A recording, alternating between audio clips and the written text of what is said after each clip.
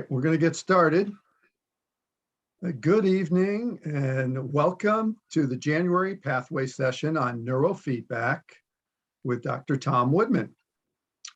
And I know many of you, but I'm Paul Reinhardt, and I'm the founder of the New Canaan Parent Support Group.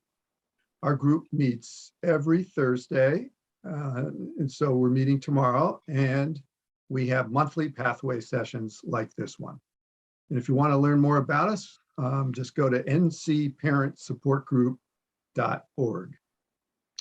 And I'd like to introduce our speaker, but first, I do want to say I don't know much about neurofeedback at all, but I do have someone in my network who I respect who said early in his recovery, he benefited significantly from neurofeedback. And it was that and other stories that made me think, you know, this would be great to get an expert to come in and talk about neurofeedback. So a little bit about Tom. Dr. Tom Woodman is a chiropractic physician and a partner at Brain and Body Wellness of Norwalk. He graduated magna cum laude from Life Chiropractic College of California. And Tom's professional journey changed dramatically in 2012 when he became board certified in neurofeedback therapy. And over the last decade, Tom has used neurofeedback intensively as a complementary and alternative treatment at his practice at Brain and Body Wellness. So after Tom speaks, we'll be opening it up for Q&A, and we should have plenty of time. And because this is a small group, I think we could have a good interactive discussion. And so, you know, without further delay, please join me in welcoming our speaker, Dr. Tom Woodman. Thank you, Paul. I appreciate that. So, Paul, I have to share my screen. So I'm going to go here and do that. And then I don't know, can you guys now see my screen? You're good? Okay. Good evening, everyone. Thank you for joining us. Paul had reached out to me probably about 3 months ago, if not more. He was looking at actually coming to a presentation that I was looking at doing at one of the sober houses in the area back when COVID first hit. So it kind of put the brakes on that. And then he followed back up with me, and I was really excited to connect with him. And I appreciate everybody who helps, you know, devotes their life to helping other people. Professionally, it's what I do. It's kind of what drives me professionally. So I wanted to talk about using neurofeedback specifically as a recovery tool. So a little bit about me. As he mentioned, I'm a chiropractic physician. I graduated in 2005.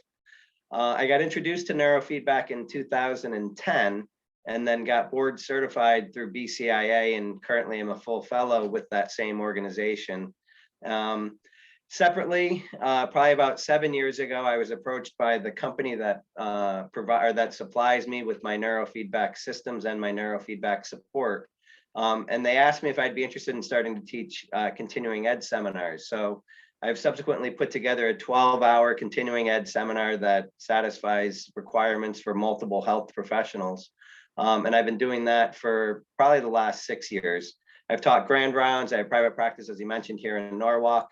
And then I'm also the clinical director of our remote at-home training program that we do offer. So this isn't something that is relegated to being in Norwalk. This is something that people can do in their own homes at their own convenience.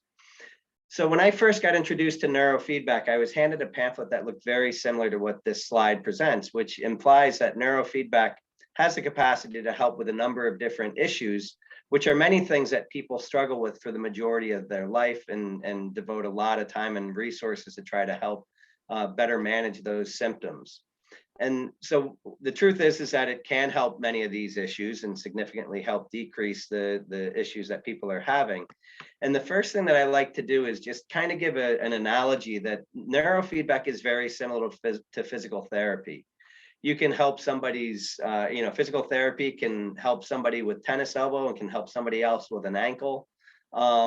And we can do that at the same time at the same physical therapist's office. And the reason is because it's the application of a specific principle to different body parts. It's just strengthening a weak network and kind of stretching one that's overcompensating. And that very much holds true with neurofeedback. There are different protocols that are similar to different exercises that you can do. And then there are different locations on the brain itself and different networks that we're going to learn more about as we go through it. So that's the first thing to understand, is that when somebody's coming in and say they've struggled with focus and concentration, we can use neurofeedback. We'd be looking for specific findings. We'd be looking at specific weaknesses in specific regions of the brain. There's usually a very high correlation with what somebody's brainwave patterns look like and what their symptoms are. So the same thing holds true with anxiety, with sleep issues, with migraines. The list goes on. And the more you understand neurofeedback, and I certainly, some people know more than I do, but I've definitely devoted a good amount of time in putting together and teaching it. That it's constantly fascinating to me, the more that you can see how brainwave patterns ultimately translate into the different symptoms that people are experiencing. And what I wanted to do as we go through this is there are different slides that we're going to be talking about, which have direct applications to people who are struggling with addiction or at various stages of recovery. So I want to highlight those, but the immediate point that I want to get across is that there are very common brainwave patterns within this population that are very often associated with people feeling overwhelmed, being melancholic, being angry, being nervous, being afraid. A lot of these patterns coincide honestly with chronic pain. Chronic pain is something that for a number of years was opiates were something that was being used for to mitigate that. So it's kind of an unfortunate combination that exists where brainwave patterns that are associated with the chronic pain are also the pathways that are typically activated when people have addiction. So for people who kind of found themselves in the situation they're in, and by taking that course, through that initial presentation, unfortunately, a lot of the cards were stacked against those people. And this is something that I'm happy to share this information and kind of explain it as best as I can, so that people can understand that, you know, there's potentially further help that might be able to help them not only be able to further their progress on their road to recovery, but also fill many of the voids that I see in these people that exist in various aspects of their life. So when we talk about neurofeedback, the first thing I just want to explain is that it's a form of biofeedback. There's different types of biofeedback. There are some that deal with hand warming. There are some that deal with heart rate variability. This is one that's just looking at the physiological patterns that are on the brain itself and the electrophysiological patterns. It's commonly referred to as brainwave training. A lot of times neurofeedback is going to involve an evaluation, what's referred to as a QEEG. And that just simply identifies what somebody's dominant brainwave patterns are. And the neurofeedback training itself, it's a rather passive experience. And ultimately, it's just simply teaching the brain how to produce new patterns of brainwave activity. So as I mentioned in the earlier slide, not only has neurofeedback been something that's been shown to be able to affect the symptoms of several different conditions. I've highlighted the ones that are commonly what's referred to as a comorbid presentation, where you have people that deal with anxiety and depression very frequently struggle with addiction and recovery. Same thing with people with sleep issues, post-concussion and chronic pain. There's a number of research that demonstrates the efficacy that neurofeedback can have on those particular issues and conditions. I don't go into those in great detail here today. Today is just more explaining neurofeedback and as it relates specifically to those in recovery. So an important concept to understand is that your brain produces electrical activity as a byproduct of its normal function. So just like you've got 10 fingers and 10 toes, you've got these major hubs of neurological activity that are for the most part what's considered to be anatomically consistent person to person. All that means is that a certain ratio, regardless of the size of the head, proportionally, if you go back 20%, you'll hit the first network that's here. If you go back another 20%, you'll hit the next one. So these networks are very well established and very consistent person to person. So if we just identify what the size of somebody's head is, what we can do is size them with a cap, which has embedded in it these little sensors where these hubs of neurological activity occur. And that's ultimately the premise behind the QEEG analysis. It's also referred to as a brain map. So the whole evaluation is just providing us information about what somebody's dominant brainwave patterns are. So when we just look at brainwaves, we can get incredibly complicated in discussing brainwaves, or we can try to keep it on the more simple side, which is what I've done here. The important thing to understand is that we've got slower frequencies and we've got faster frequencies. For the most part, the actual amounts of the different frequencies are important, but as we're going to learn, the ability for your brain to fluidly shift appropriately from a time when the slower frequencies are supposed to dominate to a time when faster frequencies are supposed to dominate, that shifting pattern is one of the biggest things that we see in those people who are struggling with addiction and recovery. So as I mentioned, the evaluation is going to provide us information with how much of the different frequencies there, but it's also going to be providing us with a clear picture of how somebody's shifting from one state to another. So a lot of times the problems that we end up seeing tend to arise when the brain loses that ability to shift appropriately. Now, when people get stuck in, so there's three primary phases of brainwave dysregulation that I just want to highlight. The first one is a brain that's referred to as under-aroused. That's a brain that's producing too much of the slow brain, the slowest of the slow brainwave activity, typically delta and theta. The next category that I want to talk about is what's called inhibited, and this is the one that I want to highlight specific to this discussion tonight, simply because this is where a lot of times the issue lies in people who are in recovery. So when the last one is an over-aroused brain, this is when you typically would have people that are dealing with anxiety and panic in a brain that just won't slow down. But ultimately, when I meet with patients, I try to understand what their primary complaint is, and then I try to get a clear understanding of which of these would be the most likely indicated when we do the evaluation itself. But the main thing that I want to highlight here is that when we're dealing with people who kind of get stuck in the middle, this is an analogy I frequently will use is it's like being stuck in third gear in a 5-speed manual vehicle. For the most part, when you're in third gear, as long as you're moving along, it's a really responsive gear. It's really fun gear, but it doesn't do well when you're sitting still, and it doesn't do well when things really start picking up. So from that standpoint, these are the people we tend to see them. They tend to be depressed individuals, or historically have been. They get overwhelmed very frequently. They often operate from a place of fear in many aspects of their life. This is where anger typically is housed. This is where avoidant behavior typically is. As I mentioned, this is where chronic pain is. And it's also the pathway that typically is indicated when people are dealing with addiction. So when we do the evaluation itself, it's a relatively quick procedure. It takes about 25 minutes. And all we're going to be looking at are brainwave patterns, first with somebody's eyes open, and then we're going to look at what their brainwave patterns are when their eyes are closed. And it's that shifting trend that I'm most interested in. But it does tell us a general presentation and information about how much of the different frequencies that you have in each of those different states, eyes open, eyes closed. But ultimately, we're just looking to find out whether or not these networks are working properly. When we finish an evaluation, we get back pages of information which summarize the data that we've collected and what we're analyzing. We're looking at magnitude, we're looking at asymmetry trends, we're looking at dominant frequency, and we're looking at something called coherence. I don't want to get too much into the details here because it all gets summarized on this page right here, which is included in our evaluations that we do. It tells us the 4 most dysregulated spots on somebody's head. There are different regions that we'd expect with different conditions, and this is actually from a 35-year-old male who was struggling with alcohol issues. So when I met with him, I expected that we would find dysregulation in the back. It's exactly what we demonstrated. I explained to him that we'd expect to find that dysregulation in that alpha zone, which is exactly what this little meter demonstrates right here.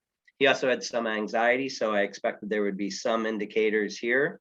And that's exactly what we found. So once he saw the evaluation and he saw how much it correlated to what he was experiencing, it really helped him make the decision to go through with this program.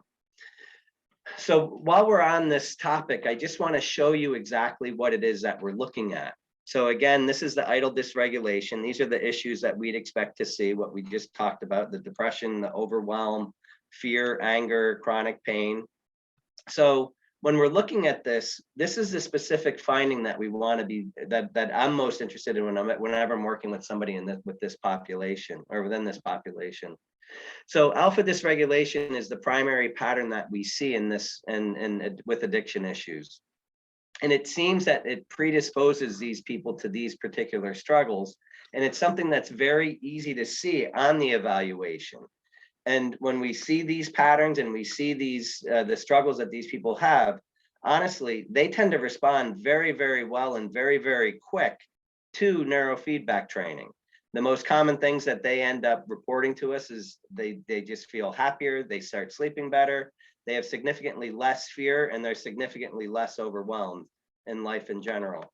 So this is what we're looking at, all right? So when we look at magnitudes of the different brain frequencies right here, we've got delta, we've got theta, we've got alpha, and we've got beta. This is an eyes closed state. Alpha is considered a slow frequency. That means and what that means relative to this slide is that the majority of the frequencies should be produced when your eyes are closed. So if we look at this little color-coded graph right here, as you go from dark blue, which represents the least, to yellow, which represents the most, wherever we start off in this particular area right here, when we open our eyes, things that are green should drop down toward blue, and things that are red should drop toward the green. So when we start looking at this and we start looking closer at the actual findings, this is the main thing that we typically will see. Alpha, instead of going down the scale, actually surges in the opposite direction. So these people are producing more alpha with their eyes in an open state versus a closed state. And in many ways, it's kind of like lawn fertilizer. You need the right ratio and you need the right amount. If you have the wrong ratio, your lawn is going to look terrible. And if you've got the right ratio, but you've just got way too much, your lawn gets burned out. And that's exactly what we tend to see with alpha. It's the best analogy that I've come up with respect to that. But here's 4 other patients that I had, and I just highlighted it here just so that you can see it. All right, this is eyes closed. This is the eyes open. Everything's going in the wrong direction. Second patient, this is eyes open. This is eyes closed. Everything's going in the wrong direction. Same thing here. Everything's going in the wrong direction. Last one, same exact finding. And again, these are all people struggling, various different stages of recovery. And most of them, truthfully, are well beyond the initial treatment phases. This is more something that they're looking at to try to help kind of fill in the voids in their life, even though they're free and clear of dependency or addiction in that sense. So the whole evaluation that we do is simply done to help provide information about where we would want to apply neurofeedback training. So it's going to help give us information as far as the locations that we need to train, but then also the frequencies that need to be trained, which ones need to be increased, which ones need to be decreased. Again, the best comparison is comparing it to physical therapy. Now, when we do neurofeedback training, I do want to take a minute to explain what's involved with the process, because it's honestly a very, very passive experience for the person. Once we identify where we would want to train on their brain, we then just apply sensors to the brain. It's important to understand that these are just sensors. They're just detecting electrical activity that's being produced there. It is by no means introducing any form of current into the person's head. So these sensors are hooked up to this computer. This computer is monitoring real-time brainwave activity. And all the while, the patient is going to be watching a television screen, and the quality of the signal on that television screen is going to ebb and flow based on real-time brainwave activity that their brain is going through. So say somebody's watching Toy Story. Toy Story is going to just simply alternate between being very bright and being very dark. And it's going to represent an ideal presentation and one that's a little bit suboptimal. Now, I was explaining this to Paul earlier today. The primary difference between, say, any form of cognitive behavioral therapy is that those interventions are trying to use the mind to try to shift how you frame things, how you perceive things, and in doing so activates different networks in the brain so that the brain can work differently and you can use those networks better so that you can have a better cognitive experience.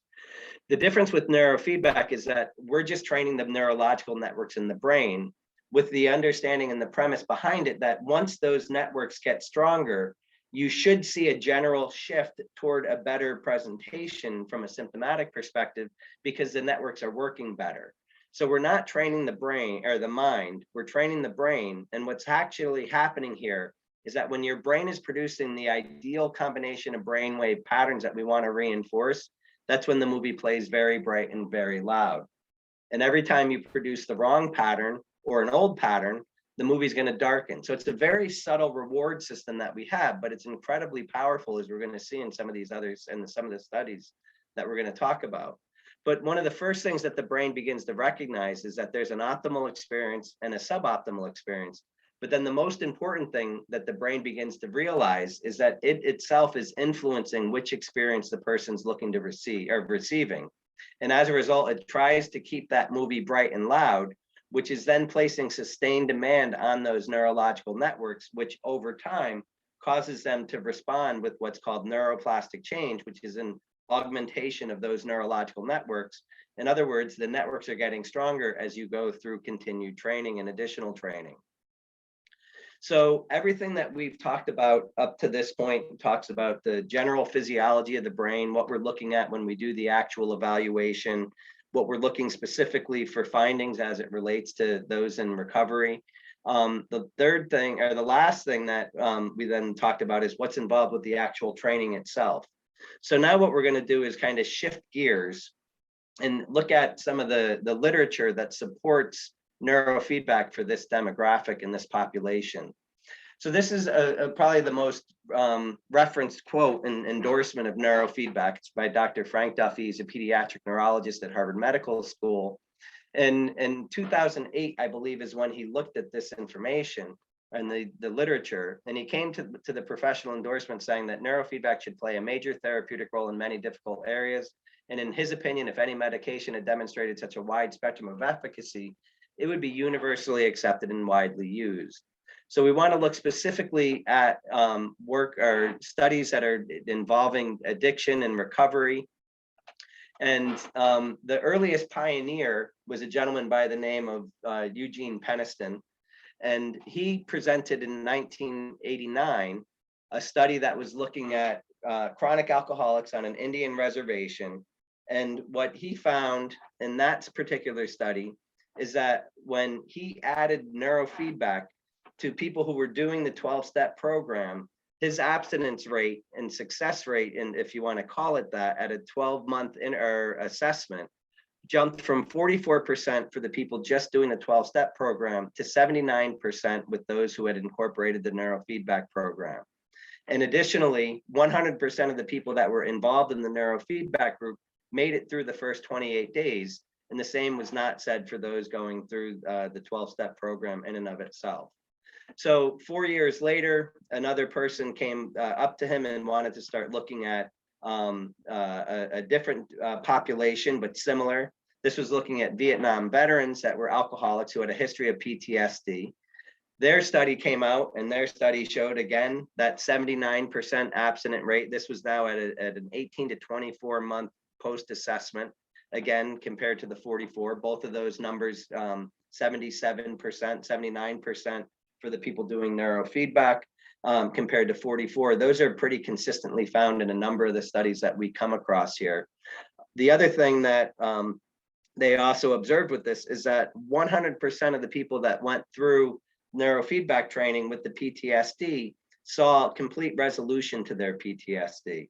I was sharing with Paul, I just finished an exit interview with somebody today, or I talked with him actually on Monday, and then with his partner on yesterday. Each had different issues, but it was interesting because he had migraines that went back to his time served in Afghanistan, where he had a number of different explosion devices go off near him. He observed a number of different horror stories as far as post-traumatic stress issues go. But then what he was left with was, for the last 17 years, has had migraines that he's had to take daily medication for. They've been debilitating. And his partner, she was somebody that had struggled with addiction over the course of her life, had been what she would say clean state up until about a year ago, when she started going down a slippery slope, which then ended up with her having an event. She overdosed, she almost died, and she was left then with just an impending sense of doom that she couldn't get rid of. She started up with neurofeedback about 6 months after this happened. And for him, his migraines completely resolved in the 6 weeks that they did the neurofeedback program. And for her, she reported a number of things improve along the lines of what she was coming in for. The impending sense of doom, all the physical manifestations of anxiety that she was experiencing, that would just send her into a spiral of negative thought patterns, completely abated. So it was a wonderful experience and a wonderful outcome for them. And I didn't really connect the PTSD with this until I actually was talking with Paul earlier. Moving forward, this study then was replicated again 12 years later. This time it was done at UCLA. This was looking at mixed substance abuse population. And what they found was that a number of positive results in people that introduced neurofeedback as they were going through the earlier stages of treatment. The neurofeedback group remained in treatment significantly longer. There was a 60% reduction in people dropping out against medical advice in those doing neurofeedback compared to the control group. The abstinence improved in the neurofeedback group, again, 77% abstinent at 12 months compared to 44% with those not doing neurofeedback. And then various different mental health surveys, one focusing on focus and concentration, the other one on general mental health. Both of those surveys significantly improved in the group doing neurofeedback compared to those not doing neurofeedback. And then the last study that I want to look at here was then looking at the opiate addiction. And this also was from 2013. This was looking at opiate dependent patients. So they basically did the same thing that these other studies had done, which was just look at using control as a group of individuals who are doing what's considered treatment as usual, so standard care. And then the treatment group just simply had an addition of doing neurofeedback. And this group that was doing the neurofeedback reported significant improvements that weren't seen in the other group, specifically less physical symptoms as they were going through the withdrawal process, less depression, a happier, more euphoric disposition. The mental health surveys, like the other study, showed significant improvement. But additionally, as the people were going through the actual process of withdrawal, those that were doing neurofeedback experienced significant less of the craving withdrawal compared to the control group, and the physical manifestation of going through withdrawal was significantly less in the group doing neurofeedback. Now, the reality is that when people are coming to my office or seeking out either home units, whatever it might be, through our, under me as a provider, they're usually far beyond the stage of these last two studies, which is looking more at acute addiction issues. But it does demonstrate the benefit and the strength that neurofeedback can have in helping those people. A lot of times, by the time people come into my office, they're already on the road to recovery. So this is just a very, very simple graph that I've created. It simply is just looking at those who are actively using to those who are further along the road of recovery. So when I was explaining this to Paul, I don't see that many people who are actively using, but the times that I have, usually we start somebody off when they come in on, say, a 20 session program. And usually it's between 10 and 13 sessions that somebody who is using has the revelation and the realization that they need much more help. And it's not to say that neurofeedback can't provide that help. It's just these are people who need to be at an inpatient facility. We were talking earlier that there's a few of the big inpatient facilities that have started to use neurofeedback based on these studies, and kind of a more progressive, what's the right word that I would say? They tend to be more progressive in their techniques compared to some of the old school ones, who just try to use, whatever, has worked previously, and that they don't look to necessarily add much. Some of these other ones are starting to add some of these more complementary and alternative and innovative approaches. Where we usually see people are down in this stage right here. They're further in recovery, and while they're free of the emotional and physical dependence that they struggled with previously, they still struggle very much in many ways. A lot of them have night terror, poor sleep. Sleep is definitely something that is compromised in these people. A lot of them still struggle with anxiety and depression. A lot of them still have anger issues. They've usually gone through a number of different programs to try to help better manage it, but it's still something that does flare up. And it usually flares up because a lot of these people very often are operating in a place of fear and coming from a place of fear or fear-based. And it's no criticism to them. It makes complete sense to me from a brainwave perspective based on the years that I've been doing this. So those people going through, we've had a number, they typically have gone through talk therapy. They usually have gone through EMDR very frequently. They've done other interventions. And the truth is that they've been exposed to tools and coping mechanisms, but the reality is they struggle to be able to find the wherewithal or the ability to implement those tools at the most critical of situations. So it's theoretically, they understand what they're supposed to do, but situationally, they just can't really ever implement that. And it seems that neurofeedback helps people connect those dots and be able to access those tools. And a lot of them find happiness much greater than what they experienced previously. When people go through this program, generally speaking, within this population, we consistently see better sleep, less anxiety, less fear. Their relationships tend to get much more meaningful, much deeper, much more consistent. They find themselves much more present in those relationships. They're generally happier. And a way that I like to just kind of describe what neurofeedback can do. If you look at this slide, you've got two different pictures of people having two very different sailing experiences. The first one's in rough seas.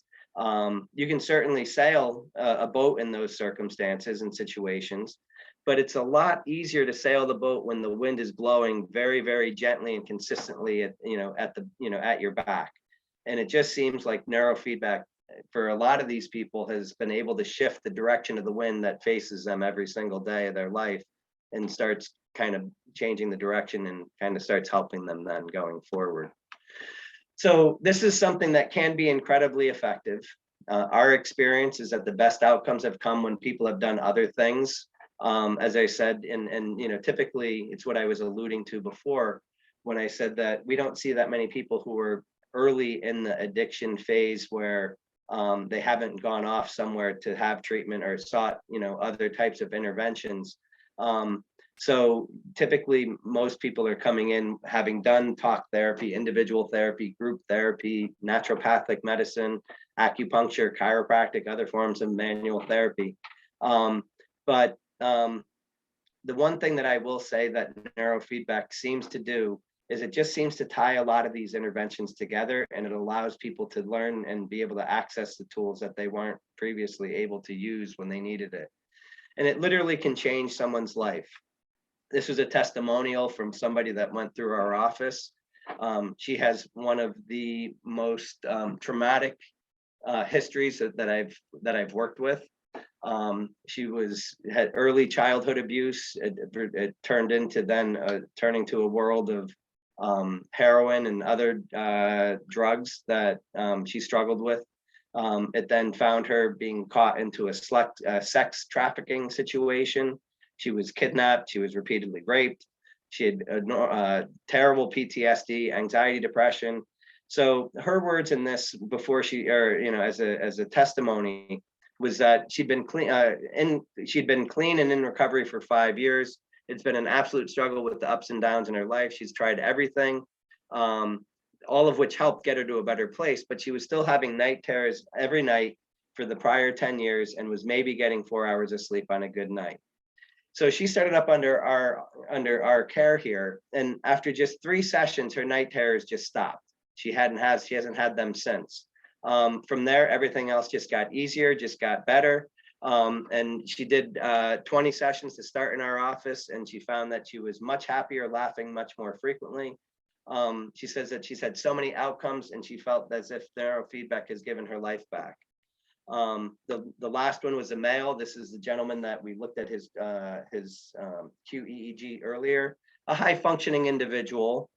He was here initially because his wife basically gave him an ultimatum that he needed to get help. And this is something that he was truthfully a little bit skeptical of until I explained to him, this is what I would expect to find. And this is what we found. It correlated significantly, or there was a tremendous amount of correlation between what we'd expect to see and what we did find.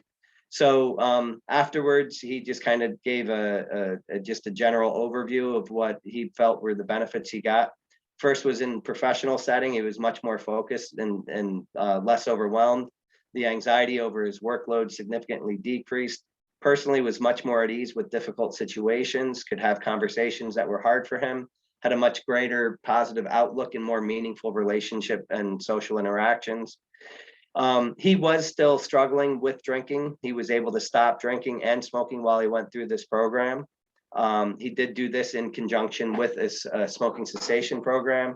But then since then, 3 years after this, he ended up renting a home unit and had his entire family go through it, just because of not only the benefits that he experienced, but also the perpetuation and the longevity of those improvements, and how it just really was able to make him make better choices that were predicated on better choices that were predicated on better choices. So it's just a positive feedback all around.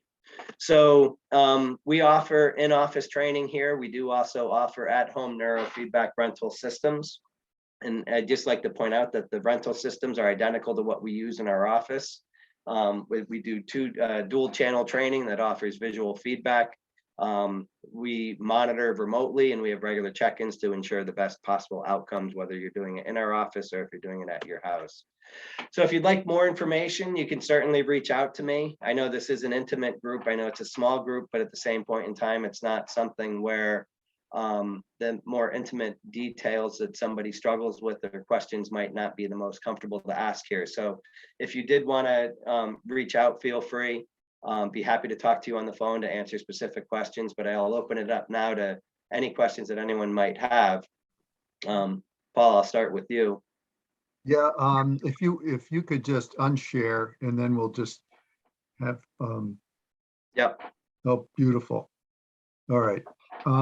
Yeah, I was just the headset that you use for the evaluation, is that different from the headset that you would have for the ongoing training?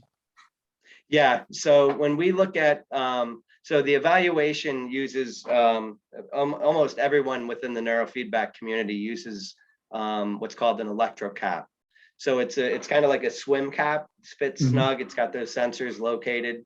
When we do actual training from that evaluation and from the console, we would identify specific networks that we would want to train. So we would just train you how to apply 2 sensors, one on each hemisphere at the right location, so that you're not putting that big comprehensive cap on each time.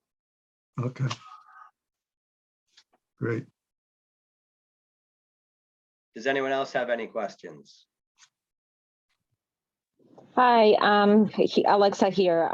Thank you so much for this presentation. This was so awesome. Oh my gosh, I thank you so much. It was so very interesting. I'm glad. Thank you for that. Yeah. So completely different perspective on how to treat addiction, which is really refreshing. Couple questions. One is about any side effects. And 2 is, I was just reading up on this concept called moral injury, which a lot of veterans kind of experience, which when you do certain things that are against your morals, because of X, Y, and Z. So in vets, sometimes they have to kill somebody to protect our country. With addiction, we do a lot of hurtful things because of the substances are, kind of driving us to it. So I see a lot of correlation. It's, from what I understand, it's a little bit different than PTSD, but what I was reading that, like, with moral injury, a lot of people with addiction suffer from that for years, right? With all the hurtful things that we have done, and that is causing depression, sleepless nights, etc. And one of the remedies for it is to kill the stigma, right? To provide support, to provide a lot of affirmations for people in recovery. But I'm wondering if there's any correlation here with the neurofeedback as well, if that would work or not, or if you Okay. had looked into that. So the first one is, are there side effects? So as we go through, the short answer is no, and very minimal, if any, would be the very short answer, and that's based off of the scientific literature and the scientific support that is on PubMed. What's my experience working with it? Sometimes people will develop a headache. Usually it's positional. Usually it's because they're sitting for 45 to 50 minutes in a position that, if structurally there's something that's not that's compromising to them, where they might develop a headache in that sense. Could you train? The reality of this is that you could train. So say you wanted to work out your physical body, and all you wanted to do was work out your chest. So you work out your chest, and you do that for 6 months. Well, over the course of that period of time, you're probably going to start to develop shoulder discomfort because you've internally rotated your posture so much because you've only been working on one network. So as you go through that, you would probably get to a point where, if you're working with a trainer, you'd be like, this isn't working, this isn't feeling quite right, and you would make modifications. So when I work with people, we check in regularly on how they're doing. We've got a laundry list of different areas that we're looking at that they might not correlate, but we want to pay attention to, so that we don't overtrain one area before we try to train another area, so that we avoid some of that, the similar situations that would happen if you just overworked one network of your physical body. Does that make sense to you? Yep. Now, with the respect to the moral injury, I think is what you referred to it as. Is that right? Yes, that's correct. Okay. So with respect to that, so when I work with people that have clear as a bell PTSD, what I explain to them is that a lot of times PTSD is an inability for your brain to process information or experiences that you were exposed to. And as a result, the brain tries to cover it. And then the problem is that it's a smoking fire under a blanket, and it's going to continually present itself and kind of pop up at times that you don't want it to.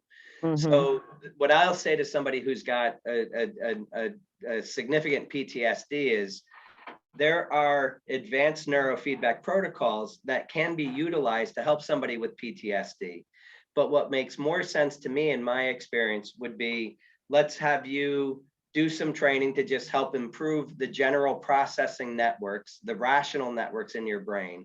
And then from there, I would say, let's look to try to find somebody who might be doing, say, EMDR, somebody who's a little bit more catered, working with that population, who can safely bring you to those areas and try to help you try to process it.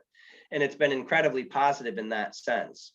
I don't know much about moral injury. I understand, kind of the difference between the two. One of them is an exposure to, a horrific event, and the other one is having to participate in something that goes against your moral code. Yeah. So I can understand it, but I can also see how there's probably a high level of overlap.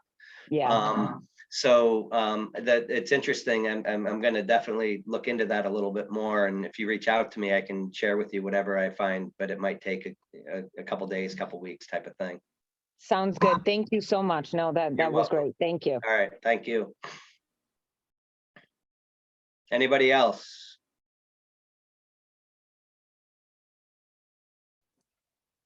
All right, I got another one. You brought up something about pain and Yep. addiction.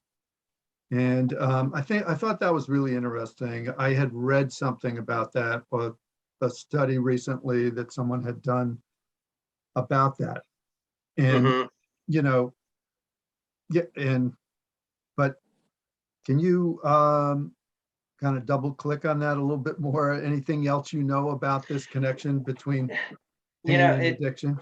yeah, so it's interesting because I'm in a unique position being somebody that's devoted their professional life to doing neurofeedback because my formal training was initially as a chiropractor. Um, now, to that point, what that ultimately would translate to is that my initial resource of if I would ever call a patient base of resource, the people that I had a tremendous amount of goodwill established with when I started doing neurofeedback were people that were very much in a chronic pain, especially in our office, which is more of a boutique style office. We tend to see people with chronic issues versus somebody who just had a slip and fall, say. So when I started doing neurofeedback for these people, it would be more for, oh, you've got, you have a difficulty sleeping. Okay, well, let's do the evaluation. Let's see what it shows. And very, very quickly, I identified that this presentation that involves alpha very much was what I would typically see in people who were dealing with chronic pain patterns. And what I can tell you is that if you're dealing with so let's differentiate chronic pain. Somebody's got a herniated disc from a car accident that happened 10 years ago, and they've got, pain in these three fingers right here. Neurofeedback probably isn't going to have a dramatic effect on that. I've seen it surprise me at certain times, but more of the indication with chronic pain is going to be more like your fibromyalgia, even people with chronic migraines.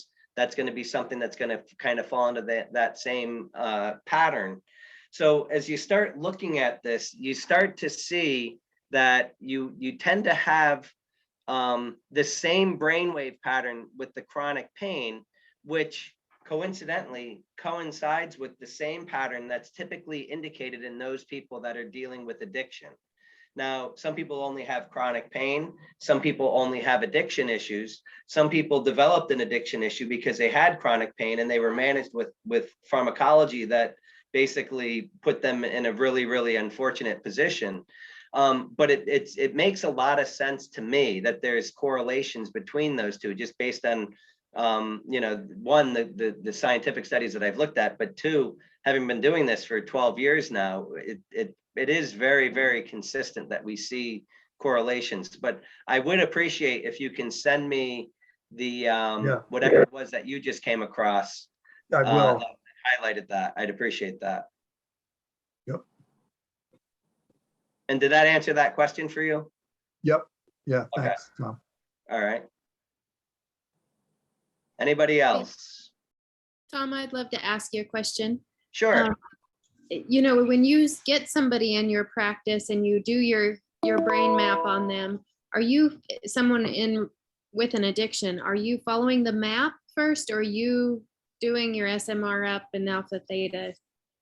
So the primary thing that I would, each case is different. So in some circumstances, if somebody's on a high level of medication coming into my office, pharmacology, we generally will start more with the SMR just to kind of introduce some basic balancing protocols, some very basic, essentially that's the best way to phrase it, basic balancing and calming protocols.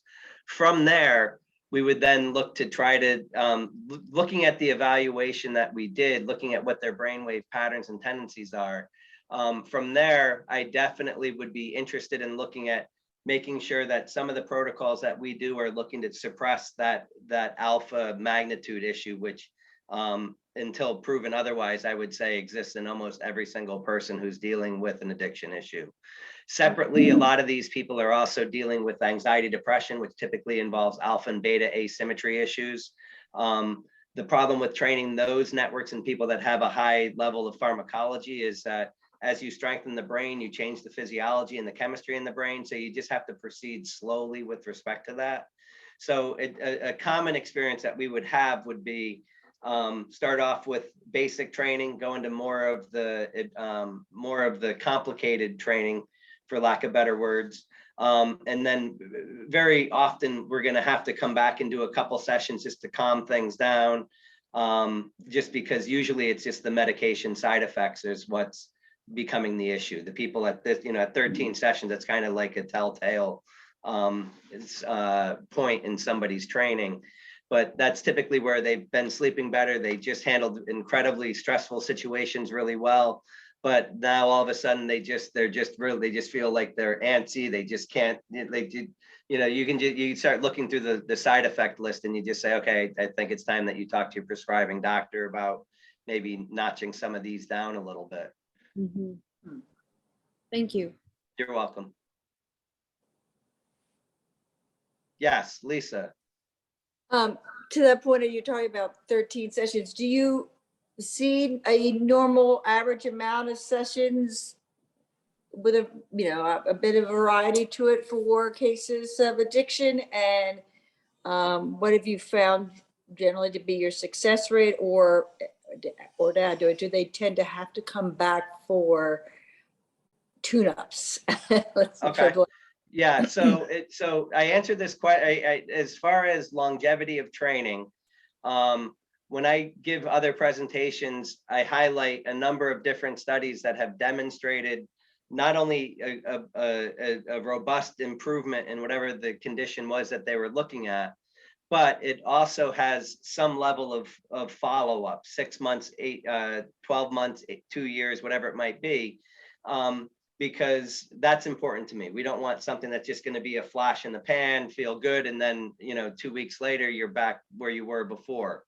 My experience from more of an anecdotal perspective is a lot of times there's a benefit to somebody if somebody really struggles around the holidays, and every year for the last 20 years they've struggled around the holidays, and they start this program in January, and we work with them from January through March, and then they go on their way. I would just say, all right, what we probably want to do is touch base again around like the end of October, and let's just do some prophylactic training to make sure that you don't go down and have the same experience that you've had in prior years.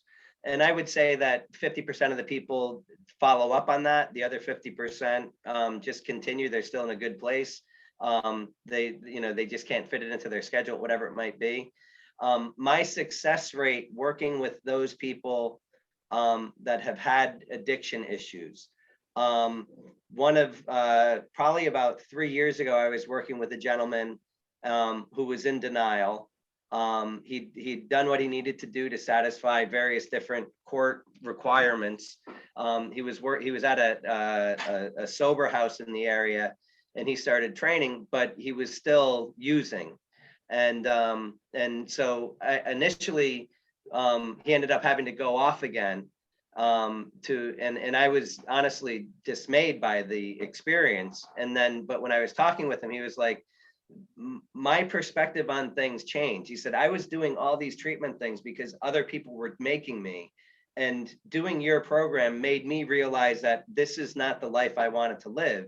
So I went into a treatment center with a different mindset. And it sounds like he's had I haven't spoken to him. His phone got cut off, and I have not been able to communicate with him. But through acquaintances, it sounds like he's in a much better place than where he was before. Typically, what I would say to people is when we're talking about number of sessions, situations vary. The woman that I highlighted, her case, I did not expect that in 3 sessions, her night terrors would completely cease. She'd been having them every night for 10 years. So, when she finished up at the 20 sessions, which is what she started with, she was incredibly grateful, in a much better place, significantly happier. She chose to bring a home unit home so her and her husband can do additional training. So very often what we'll see, and especially in this population, they tend to be the ones that go from, if I could just give a very simple explanation of what I think neurofeedback can do for everybody. If this is what your potential is, and this is where you're operating, neurofeedback just helps you get closer to actually realizing what your potential is. And for a lot of people, what they perceive their potential is actually less than what their actual potential is.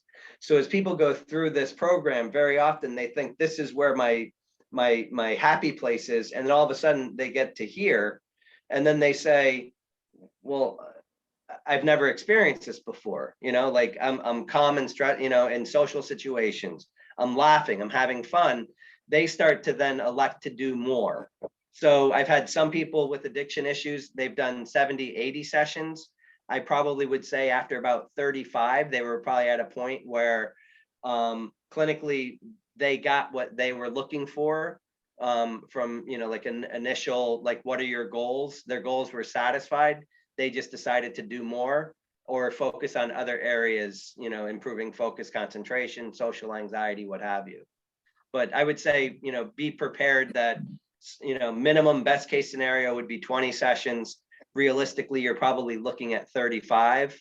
And you might need to do maybe a small little booster series of like 3 sessions under known stressful times, in an annual basis, something like that. Yeah, that's what I did that for ADHD for my child. That's a lot what I heard then in younger years. I think in younger years it's harder. I think the older they get, hopefully they have a little bit more, hopefully a little more maturity to sit through it.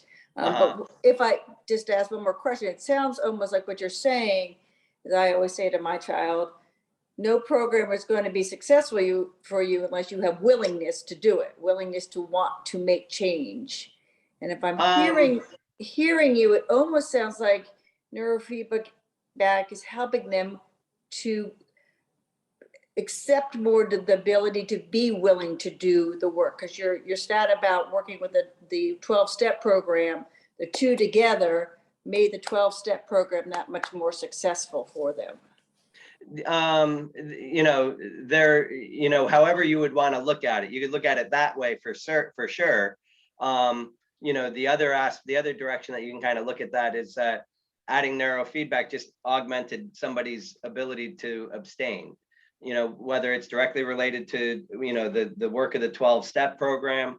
I think it probably is a combination of different things. I'm currently going through the Amen Clinic's brain certification course that they offer. And in talking with them, one of the main things that they keep explaining is that you have to rehabilitate the brain. You can't just try to change your behavior, because a lot of times the behavior is predicated on what the brain's predisposition is. Mm-hmm. And with respect to, do you need to be a willing participant? The first study that was published on neurofeedback was in 1967, and it was done on Reese monkeys. There's no placebo there. There's no motivation on their part. It's just, the application and watching an improvement in the seizure disposition that they had created in those poor monkeys. But like, I've worked on a number of, with younger kids, I usually just tell the parents, what does your child like to do? We don't want to have your kid coming here because they have problems with focus and concentration. I'd much rather have the kid coming here because it's going to help improve their hockey, because it will improve their hockey. And it's also going to improve their focus and concentration. But I don't like to necessarily highlight what the weakness is or what the struggle is. There's a number of people I know who've got an ADHD brain, and they're some of the most successful people. Mm-hmm. They see some of the, they see the world differently. The problem is that they're not good on the day-to-day stuff. So they typically need to build a company and then sell it so that they're not the ones who drive it into the ground. Mm-hmm. But from that standpoint, with respect, I think more so with addiction, and my next phase after going through the current certification that I'm going through is that I do want to go through the CCAR program. So, I'm somebody that does exclusively neurofeedback and happens to work with some people who have had recovery or addiction issues. I'm not an expert in the field by any means, and I certainly, look to collaborate with others as, as somebody goes through the program. But I think most people would agree that, with respect to somebody's ability to make a significant change in their life concerning addiction, the first thing is the acceptance and the recognition that they in fact have a problem. And, so I do think that you do need to have it in this particular circumstance, only because they're going to just go through motions and they're really not going to be looking to try to change their behavior because fundamentally they don't think they have a problem. And Paul, you can probably speak much more to that than I can. Right. There's a river in Egypt. And will you make your slides available, because this is being recorded, so I will Yep. have this on our YouTube channel. Okay. And I'd love to have the slides so that everybody can access the information. Yeah, I'd be happy to get that to you. I might have to do it in the morning. Oh yeah, no problem. I'm not going to be that quick with getting it on YouTube. I can tell you that. Well, you did a good job pulling this off. This was very well done. So thank you. Well, thank you. And thanks for everybody coming today. And I really we appreciate it. And yeah, please join me in thanking Dr. Tom. Thank you. Thank you all. All right, everybody stay safe and everybody have a good evening. Yep. Have a good evening, everybody. Thank Take you. care. All right. Bye-bye. Thank you so much, Dr. Tom. You're welcome. Bye-bye. Bye, Alexa. Bye, everybody. Hey, Paul, Yep. Thank you so much. if you Okay. can hang on, if everyone's dropping off, if you can just hang on. I just had somebody had sent, I don't know if it was a question that was typed out, but I got some sort of notification. All right, so I just see the chat now right here. There was that person that asked that question about, Okay, yeah. which was a very impressive question. No, very much so. That was, she definitely has got some exposure to somebody who's been doing neurofeedback. In fact, I was wondering, what does SMR stand for again? It's sensory motor rhythm. It's a Okay. frequency of 12 to 15 hertz, but specifically when it's found over the central strip. Okay. And would that be the central strip? Is that considered the alpha area? So alpha is a brain frequency that's going to be produced by many different areas on the brain. Oh, okay. The central strip is where you've got the connection between the motor cortex and the sensory cortex in the brain. Okay. So like every profession, there's things that drive you crazy. SMR should just be referred to as low beta. But it was discovered first, and then they discovered more of the different brain frequencies. So SMR is technically 12 to 15 hertz, but specifically over the central motor strip. It could also be referred to as low beta, but 12 to 15 hertz found in other parts of the brain is referred to as low beta. So it doesn't need to be confusing at this point, but it still is. But how could you focus on the map versus focusing on SMR alpha theta? That's so. Yep. So a lot of times, what was behind that? Yeah. So a lot of the study that's been done with SMR training goes back to a point in time from the 60s